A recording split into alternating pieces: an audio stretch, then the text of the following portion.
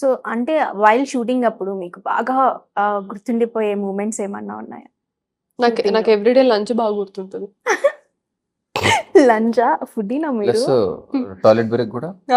Toilet break కూడా. I tell you why, look at that sari. ఒక్కసారి కట్టిన తర్వాత యూ కెనాట్ అది తీసి మళ్ళీ కట్టాలంటే 40 minutes shoot నెక్స్ట్ ఆగాలన్నమాట. క్వశ్చన్ అదే ఉండే.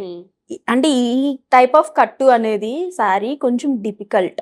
మనం వైల్ వాష్రూమ్కి వెళ్ళాలన్న సెట్స్ లో కొంచెం చాలా రిస్క్ ఇది నాకు తెలిసి. సో మడి కట్టు టైప్ ఇది.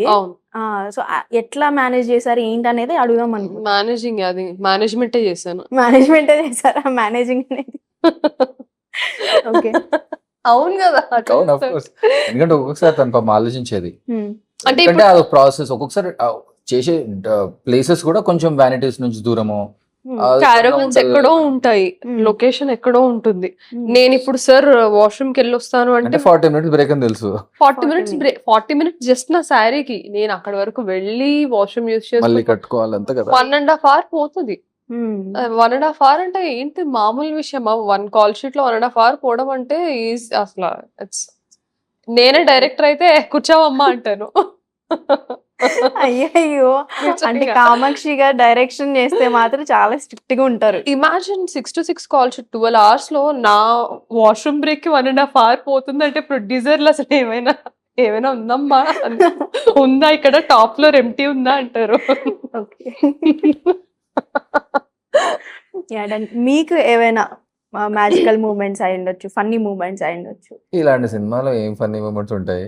అంటే ఫారెస్ట్ సైడ్ వెళ్ళి షూటింగ్ చేశారు కదా, ఇక్కడ ఏదైనా ఉండుండొచ్చుగా కొంచెం ఇంట్రెస్టింగ్ ఫన్నీ మూమెంట్స్. ఫన్నీ కాకపోయినా జస్ట్ మీరు ఇది మర్చిపోలేము అన్న. The most funny part about this is, ఈయన టేకులు చేస్తుంటే మేము సార్ తో పాటు ఇటు పక్కన నుంచొని చూస్తూ ఉంటాం. కూర్చో సార్ ఏంటంటే మా షార్ట్ అయిపోయిన తర్వాత వెళ్ళి మరి క్యారవన్స్ కూర్చో అంటారు, అక్కడే కూర్చుంటాము.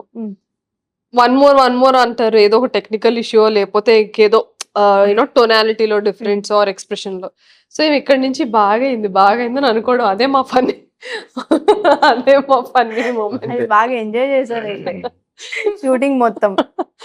మరి మమ్మల్ని థియేటర్ లో బాగా భయపడతారని అయితే అర్థం అవుతుంది.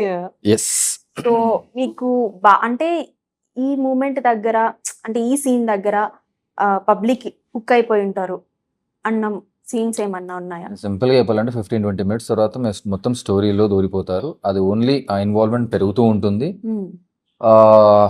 అసలు మీకు ఆల్మోస్ట్ డ్రాప్ అవుతున్న ఫీలింగ్ రాదు. సపోజ్ ఎక్కడ అనిపిస్తుంటే మీరు అరే డ్రాప్ అవుతుందా అనుకోలేప్పుడు మళ్ళీ పిక్ అయింది. సో అది నేను జెన్యున్ గా నా అనాలిసిస్ ఇది. I sincerely believe this is what this is how it has come out. And climax వరకు వెళ్తుంది అలాగే, ఇంకా ఓన్లీ అంటే ఇట్ జస్ట్ ర్యాంప్. సో దాని తర్వాత క్లైమాక్స్ ఇంకా సర్ప్రైజ్ చేస్తుంది. మీరు అనుకున్న క్లైమాక్స్ దొరకదు ఆ సినిమాకి. So it's nice. మళ్ళీ కమర్షియల్ ఫీల్ లాంటి ఒక బార్డర్ లైన్ కమర్షియాలిటీ ఉంటుంది దానికి, ఆ కొత్తదనంతో పాటు. ఓకే, మీరు ఫైట్ సీన్స్ కూడా ఉన్నాయి కదా, అదేదో లాస్ట్ లో ఇట్లా తీసుకొని వేస్తారు, అక్కడ ఒక డైలాగ్ కూడా చెప్తారు మీరు.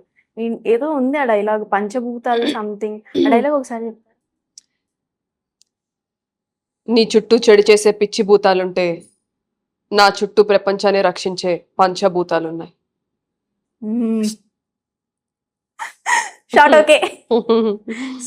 Okay, nice.